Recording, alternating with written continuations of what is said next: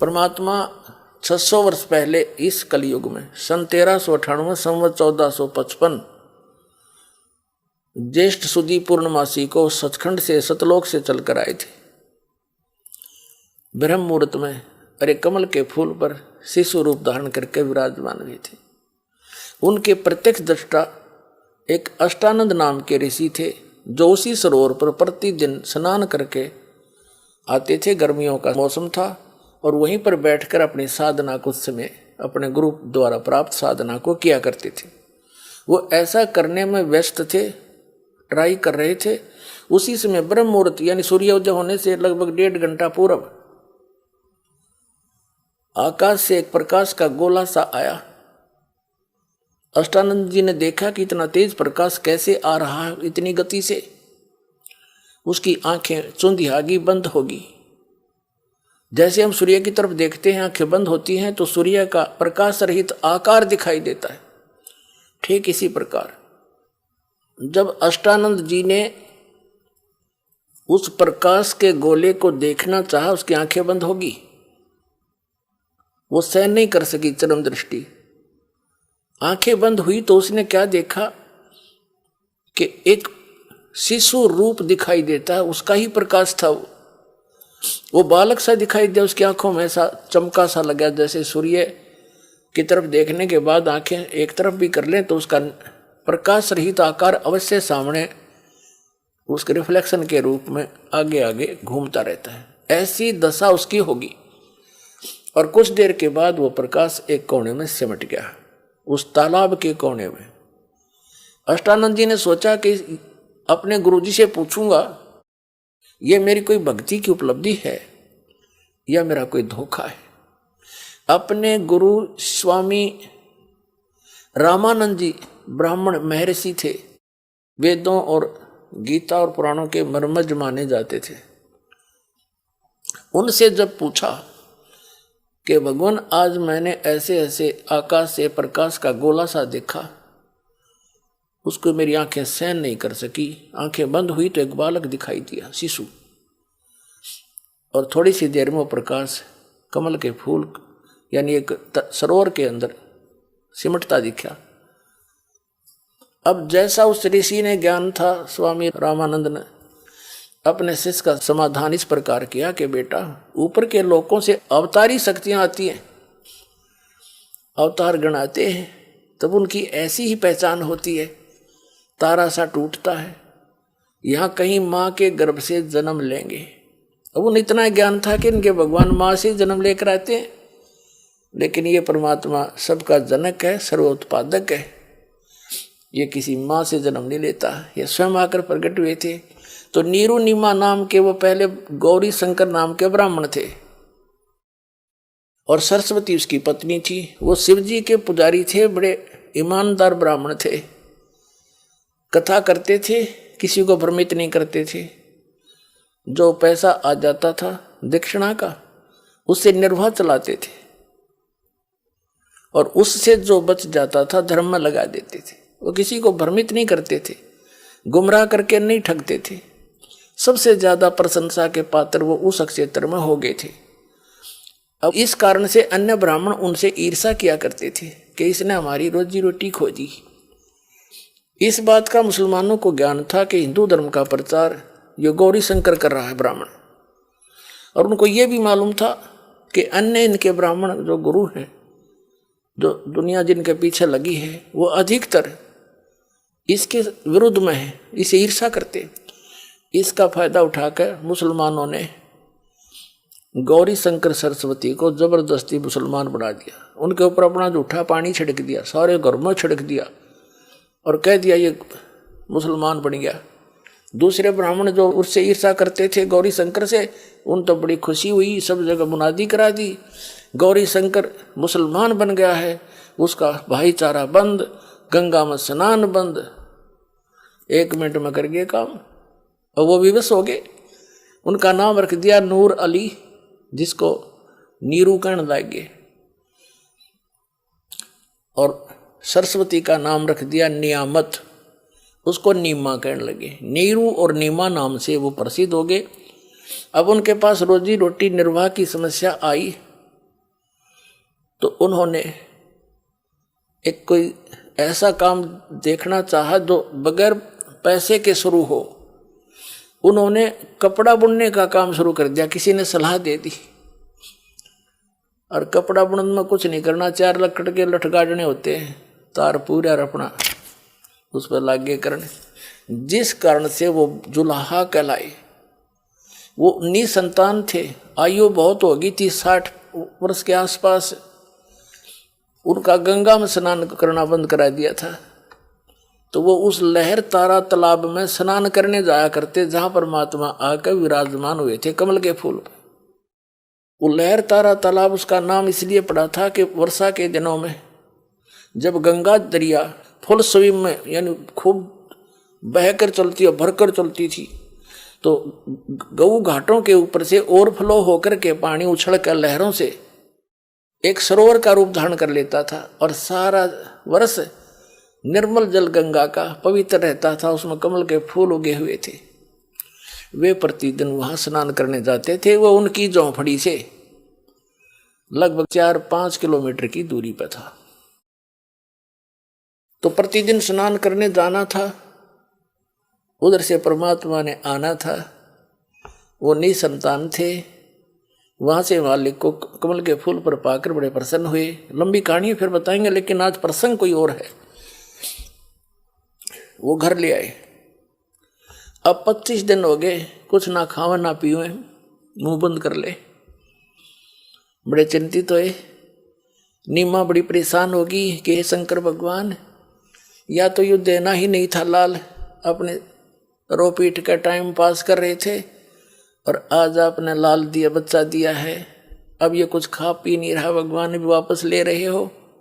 बहुत बुरी तरह रो रही थी कि कहा था कि यदि ये बच्चा मर गया तो साथ मरूंगी, फाइनल फैसला। तो परमात्मा ने सोचा है बुढ़िया मरेगी। शिव जी को प्रेरित किया, शिव मंडल से, शिव के लोक से एक साधु रूप बना कर आया और कहा माई क्यों रो रही है, कारण पूछा, बताया। साधु रूप में खड़े शिव जी ने कहा कि देखा तेरा बेटा कहाँ लाइए। नीमा परमात्मा को पालने से उठा के लाई और सोची महात्मा के चरणों में डाल दूं, बच्चे की जान बख्श दे। जो ही चरणों में डालना चाहा, बच्चा आकाश में उड़ गया और उस साधु शिव जी के सिर के समान हवा में खड़ा हो गया, ऐसे ठहर गए। अब शिव जी समझ गए कि माई ये तो बहुत सिद्धि वाला बालक है। ऐसे हाथ किया शिव जी ने उसके हाथों में आगे और 7 बार चर्चा करी दोनों ने। परमात्मा ने कहा नवजात शिशु रूप में कि महात्मा जी इनसे कहो कुंवारी गाय लाओ, उसका दूध पीऊंगा मैं। अब नीमा से कहा शिव जी ने कि तेरे पति को बुला और एक कुंवारी गाय लाओ और कोरा बर्तन लाओ को मार के, एक छोटा सा मटका। ऐसा ही किया गया। फिर बोले भगवान 25 दिन की लीला में आयु में कि महात्मा जी आप इसके ऊपर थपकी लगा दो बछिया के कमर पे, तब यह दूध देगी। शिव जी ने थपिया लगाई, थपकी लगाई, लंबे लंबे सतन हो गए। पात्र वो नीचे रखा हुआ था कोरा, वो चल पड़ा, दूध अपने आप ने खूब जोर से धार बंध गई और पात्र भरते रुक गया। वह गाय फिर डेली दूध देने लगेगी, कुंवारी गाय। अपने आत्मा ये लीला किसने की? जो वेद बताते हैं वो ऐसी लीला करता जब शिशु रूप में प्रकट होता है, उग्र गतियां प्रेरणा करती है उसको। जब हाहाकार मच जाता, 600 वर्ष पहले आए थे परमात्मा, ऐसी शांति कर गए थे, अभी तक चल रही थी वो। अब 50 वर्ष से फिर बिजली गिर गई, हाहाकार मच गई। एक माया माया दिखाई देती है, कितना जुल्म हो गया, हाहाकार मचिए। अब ये धर्म की स्थापना फिर होगी इस दास के माध्यम से और फिर से शांति होगी। तो उस समय परमात्मा जब आए थे 600 वर्ष पहले, ये लीला की थी और लिपिबद्ध की हुई है 600 वर्ष पहले की, आज की नहीं है ये। तो इसे आसानी से समझ में आ जाएगा हु इज गॉड, जिसके बारे में वेद भी बताते हैं और वो लीला कर रखी है। देखिएगा ये कबीर सागर संपूर्ण 11 भाग, खेमरा श्री कृष्ण दास प्रकाशन बंबई।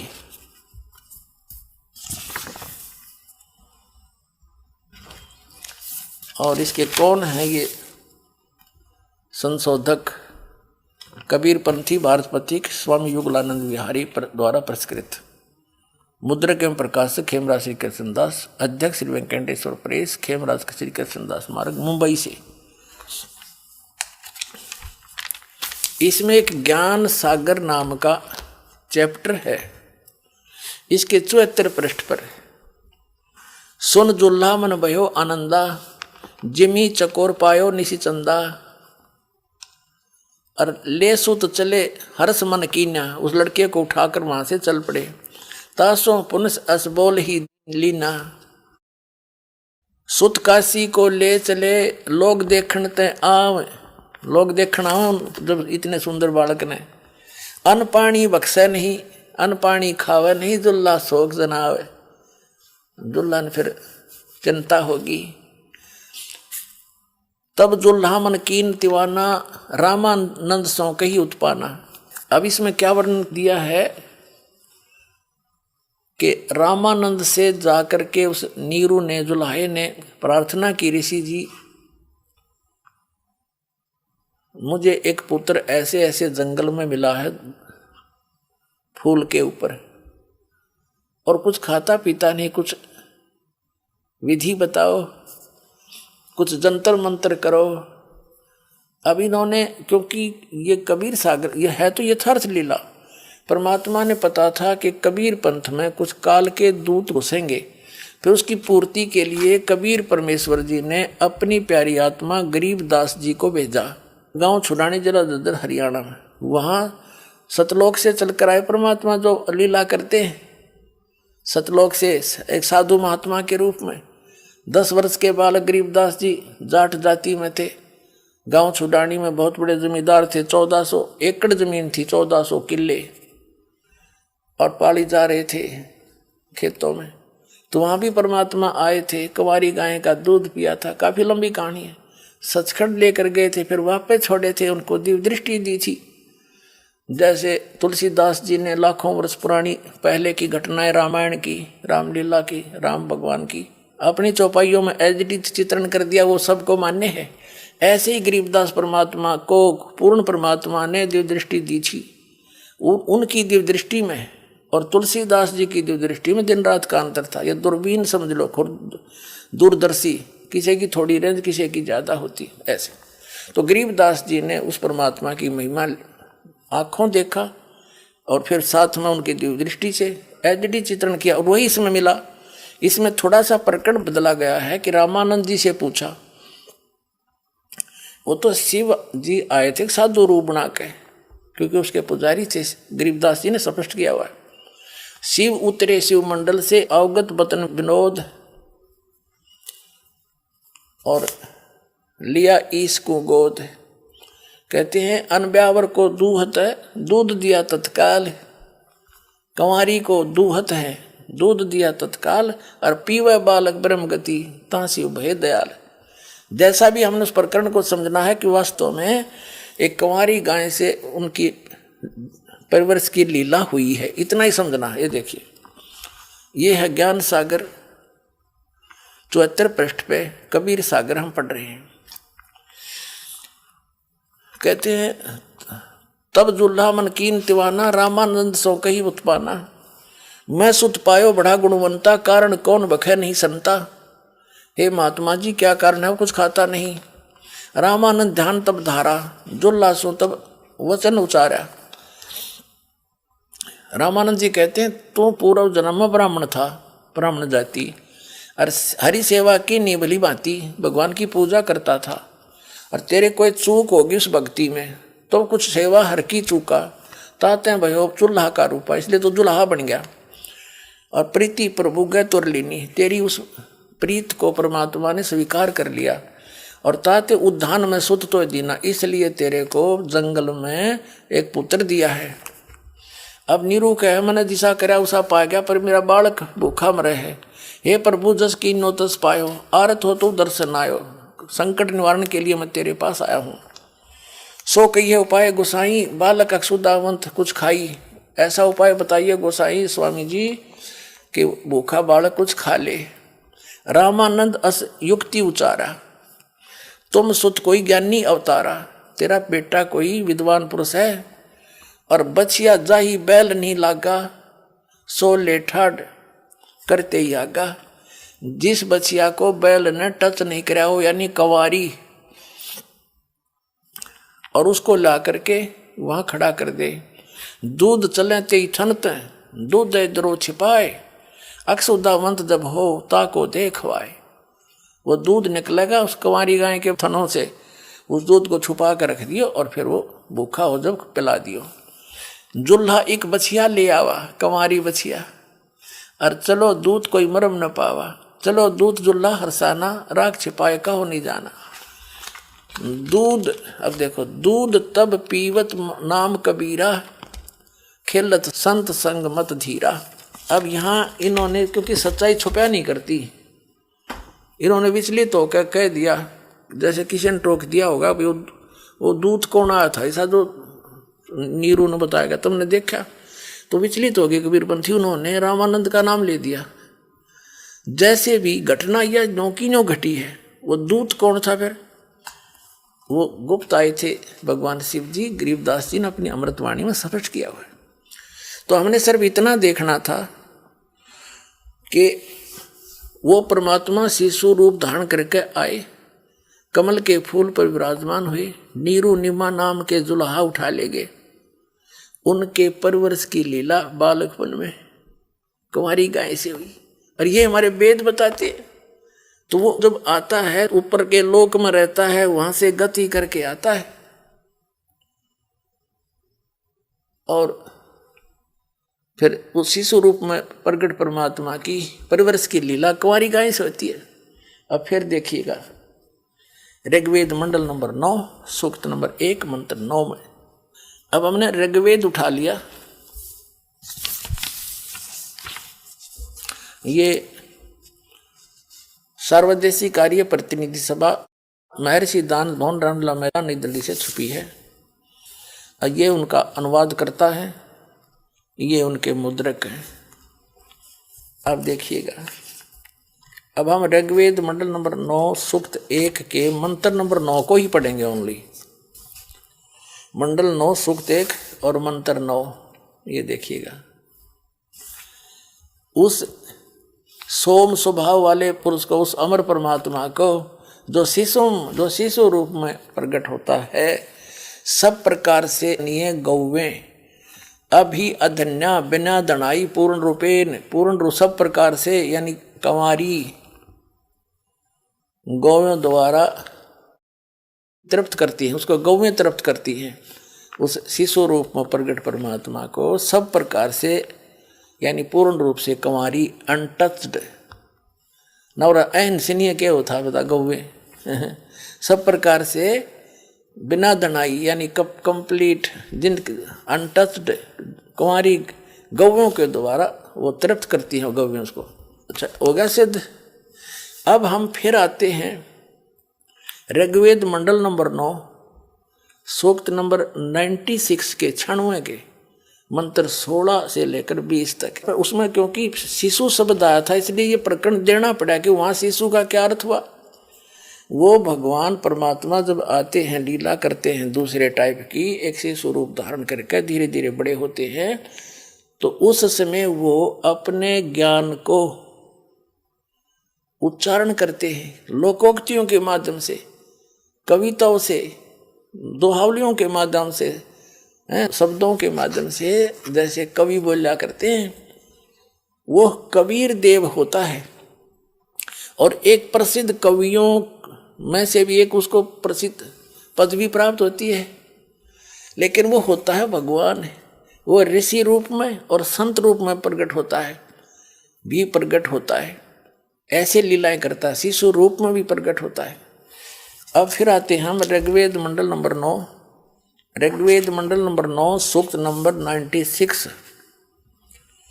96 के मंत्र 16 में तो हमने पढ़ लिया था कि हे परमात्मन सर्वोपरि रहस्य यानी गुप्त, अति गुप्त, श्रेष्ठ जो आपका नाम जो तुम्हारी संज्ञा है, जो तुम्हारा नाम है, असली नाम गुप्त, उसका ज्ञान कराएं। यहाँ कराया हो ज्ञान 17वें में। यहाँ शिशु रूप है। शिशुम जगानम हरियंतम वर्जंती शुभंती वहीन मृत गणेन कबीर गिरभी कावेना कबीर। इन्होंने यहाँ थोड़ी घुसपैठ कर रखी, दूसरे कबीर का अर्थ नहीं कर रखा। संत सोम पवित्र अत्यति रेभन, इन्होंने क्या अर्थ किया है कि शिशुम शिष्यति सूक्ष्म करोति प्रलय काले जगत जगदिति। शिशु पर परमात्मा, उस परमात्मा को यहाँ कहना था जो शिशु रूप में प्रकट होता है, वो परमात्मा को जो सदा प्रकट है। जगानम माने प्रकट होता है, शिशु रूप धारण कर, शिशुम जगानम, शिशु रूप धारण, बालक रूप धारण करके प्रकट होता है, यहाँ आता है। जो अत्यंत कमनीय है उसको उपासक लोग बुद्धि विषय करते हैं, स्तुतियों द्वारा उसका गुणगान करते हैं। विद्वान लोग उस गतिशील परमात्मा का, अब देखियो अगर वो परमात्मा सर्वव्यापक था तो गतिशील क्या हो गया फिर उसका, वो कैसे हुआ गतिशील? गतिशील माने वहां से चलकर आने वाला। परमात्मा का वर्णन गणनों द्वारा करते हैं। इसका अर्थ है कवि लोग, गिरभी माने वाणी द्वारा, यहाँ गड़बड़ी कर दी इन्होंने, ये है कबीर गिरभी। इसका अर्थ किया इन्होंने कवि लोग वाणी द्वारा, यहाँ लिखना था कबीर वाणी द्वारा, कबीर, ये कबीर वाणी द्वारा लिखना था, कबीर, इसमें कोई कुछ नहीं करना चाहिए था। कबीर गिरभी, कबीर वाणी द्वारा, कौन? वो कबीर। कावेना, कावेना माने कवि तव से, कवि तव से यानी कावेन, कावेन माने कवि तव से, यानी कवि तव, जैसे कवि बोला करते हैं लोकोक्तियों के माध्यम से और दोहों के माध्यम से, साखियों के माध्यम से, शब्दों के माध्यम से वो अपनी महिमा का वर्णन आप ही करते हैं। यही श्रीमद् भगवत गीता अध्याय नंबर 4 के श्लोक नंबर 32 में कहा है कि अर्जुन, यज्ञों यानी धार्मिक अनुष्ठानों की जानकारी ब्रह्मण मुखे सच्चिदानंद घन ब्रह्म के द्वारा अपने मुख कमल से बोली गई अमृतवाणी में विस्तार के साथ कहे गए हैं। वो असली तत्व ज्ञान है। चौथे अध्याय के 34वें श्लोक में कहा कि उस तत्व ज्ञान को तू तत्वदर्शी संतों के पास जाकर समझ, उनको दंडवत प्रणाम करने से, कपट छोड़कर प्रसन्न करने से वो तत्वदर्शी संत तुझे तत्व ज्ञान का उपदेश करेंगे।